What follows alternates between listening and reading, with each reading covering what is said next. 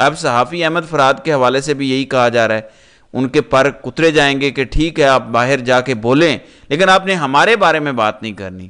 دیکھیں عمران ریاض خان پر کتنا ظلم کیا گیا، کتنا جبر کیا گیا۔ اب وہ اگر کوئی بات ہوتی ہے اسٹیبلشمنٹ کے حوالے سے تو وہ کوئی اخباری ٹکڑا لگاتے ہیں اور کہتے ہیں کہ مجھے دوبارہ گرفتار نہ کر لینا، میں صرف خبر پڑھ رہا ہوں۔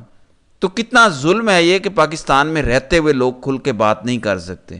اس لیے میں ایک بار یہ پھر دہراتا ہوں کہ آرٹیکل 19 کی جو شق ہے، جو آزادی اظہار پر قدغن لگانے کے لیے، وہاں صرف 2 لائنیں لکھنی ہیں۔ ہر پاکستانی کو آزادی اظہار، پریس کی مکمل آزادی، بولنے کی مکمل آزادی ہے، یہ ایک لائن لکھی جائے۔ صرف جو آئین میں شقیں ہیں کہ مذہبی شخصیات اور مذہب کی توہین نہیں ہو سکتی، اس کے علاوہ سب کچھ بولنے کی آزادی ہو۔ پھر اس کے علاوہ ڈیفیمیشن لا کی کلاز ایڈ کر دیں کہ اگر کسی پہ ذاتی حملہ کیا جائے جس سے کسی کی کریڈیبلٹی کو نقصان پہنچے گا، تو پھر جو انٹرنیشنل پریکٹس ہے، فار ایگزامپل امریکہ، یو کے میں 100% ان کا جو ڈیفیمیشن قانون کا لا ہے اسے کاپی کریں۔ تو اس طرح لوگوں کی ذاتی پگڑیاں نہیں اچھلیں گی لیکن جرائم لوگوں کے سامنے آ جائیں گے۔ سو یہ نہ کریں کہ اداروں پر بات کرنا منع ہے، بات کرنا ضروری ہے، تبھی تو اکاؤنٹیبلٹی ہوگی۔ جو ادارہ احتساب سے ماوراء ہے، عدالت احتساب سے ماوراء ہے، آج مجھے قاضی صاحب کا بتائیں کہ وہ بندہ جو حرکتیں کر رہا ہے اس کا احتساب ہو سکتا ہے؟ کون سا ادارہ اس کا احتساب کرے گا؟ سپریم جوڈیشل کونسل کا سربراہ وہ خود ہے، سارے سپریم جوڈیشل کمیشن وہ لگائے گا، جو حرکتیں اس کی ہیں آپ دیکھ سکتے ہیں۔ پھر عامر فاروق کو دیکھ لیں، سارے ججز نے خط لکھا، عامر فاروق کو تو اٹھا کے باہر پھینکنا چاہیے تھا سپریم جوڈیشل کونسل کو، لیکن وہ وہاں بیٹھا ابھی بھی فیصلے دے رہا ہے۔ تو ان کا احتساب عوام ہی کر سکتی ہے، بول کے کر سکتی ہے، تنقید کر کے کر سکتی ہے۔ یہ نہ کیا گیا تو پاکستان نہیں چل سکتا، میں آپ کو بتا رہا ہوں۔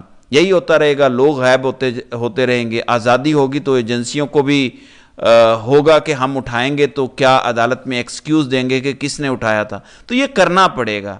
یہ جو ہے کہ اسمبلی میں عدالت کے بارے میں بات نہیں ہو سکتی، ہاں ذاتی حیثیت میں جج کو ٹارگٹ کرنے پر پابندی لگائیں لیکن فیصلوں پر بات کرنے کی آزادی ہونی چاہیے۔ اب جو آج عدت میں نکاح کا کیس پر فیصلہ ہونا تھا، پہلے جج نے اس کو محفوظ کیا۔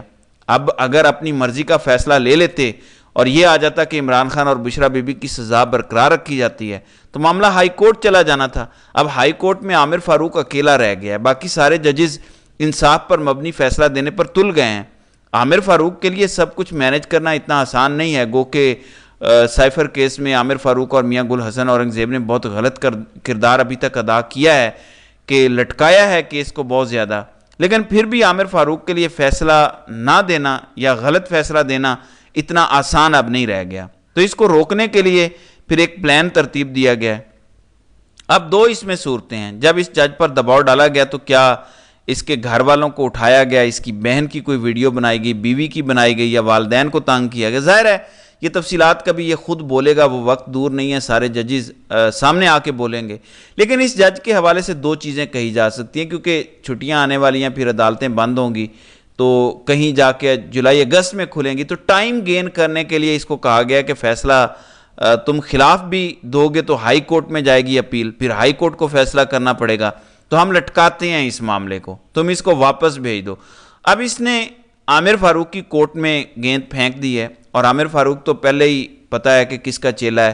عامر فاروق اگر کسی اور جج کو یہ کیس دیتا ہے تو عامر فاروق کو ٹائم فریم دینا چاہیے، یہ جج نے لکھا ہے، یہ نہ ہو کہ یہ مہینوں کیس چلتا رہے، جیسے سائفر کیس میں عامر فاروق نے 1 مہینے کا ٹائم دے دیا تھا کہ 4 ہفتوں میں یہ فیصلہ ڈیسائیڈ کرو۔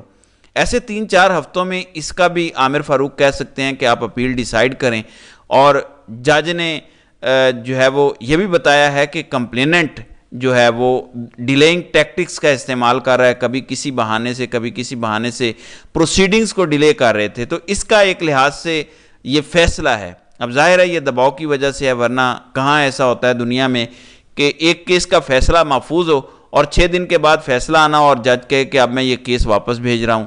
ایک بار ٹیریان وائٹ کیس میں یہ ہوا تھا اور اب عدت کیس میں یہ ہو رہا ہے۔ ظاہر ہے کہ دباؤ سائفر کیس پر بھی ہے، اسی لیے ابھی تک عامر فاروق اور میاں گل حسن اورنگزیب وہ بھی نہیں سنا پا رہے فیصلہ، اس لیے ابھی تک لٹکایا جا رہا ہے۔ تو صاف نظر آتا ہے کہ ISI پیچھے ہٹنے کو تیار نہیں ہے، کیونکہ اس ملک کو آرمی چیف ISI کے ذریعے کر رہا ہے، اور یہی سب ہمیں ہوتا دکھائی دے رہا ہے۔ تو ناظرین کرام، آپ کی اس ویڈیو کے حوالے سے کیا رائے ہے؟ آپ اپنی رائے کا اظہار کامنٹ سیکشن میں ضرور کیجیے گا۔